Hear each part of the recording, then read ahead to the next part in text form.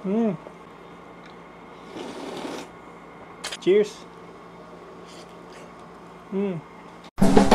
Nagugutom ka na naman ba, amigo? Alas 12 nga na naman ng gabi at nakaramdam ako ng gutom. Sino ba naman ako para tanggihan ang gutom ko? Kaya ito, nagluto ako ng noodles na lagi kong napapanood tuwing alas 12 ng gabi. Nagpakulo nga lang pala ako ng nawasa mineral tapos nilagay ko na yung noodles.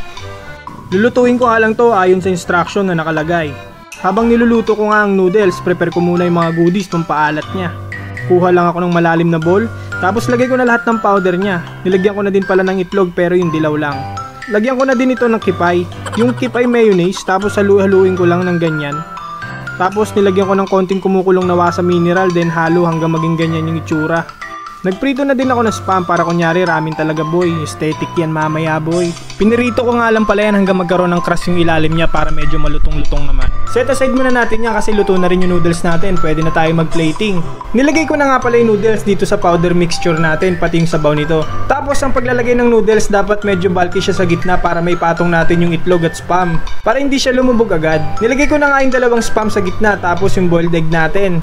Pero para mas masarap, nilagyan ko ng fried garlic na nabili ko pa sa Pampanga. Para may konting sipa naman, nilagyan ko yan ng taba ng talangka. Chili garlic talaga laman yan. Tapos, tsaka ako nag-garnish ng spring onion. Ay siya, dami pa nating sinasabi. Tikman na natin to. Okay, tikman na natin to. Di ako marunong mag-chopstick ah.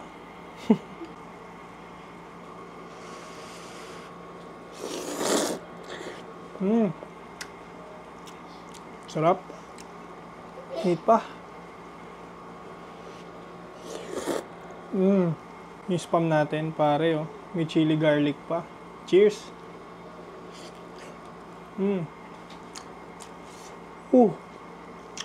hangin chili garlic. Sarap pala pag ganito yung luto.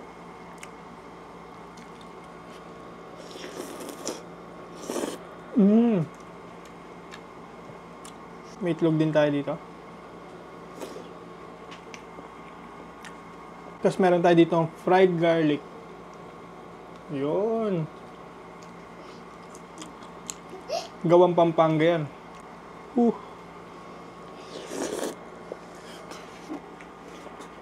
Gupin ko kayo sabaw.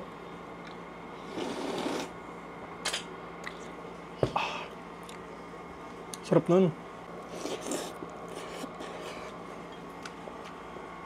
Saktong-sakto yung ganitong pagkain pag summer. Instant sauna ka talaga. Ang init. Init tapos manghang pa.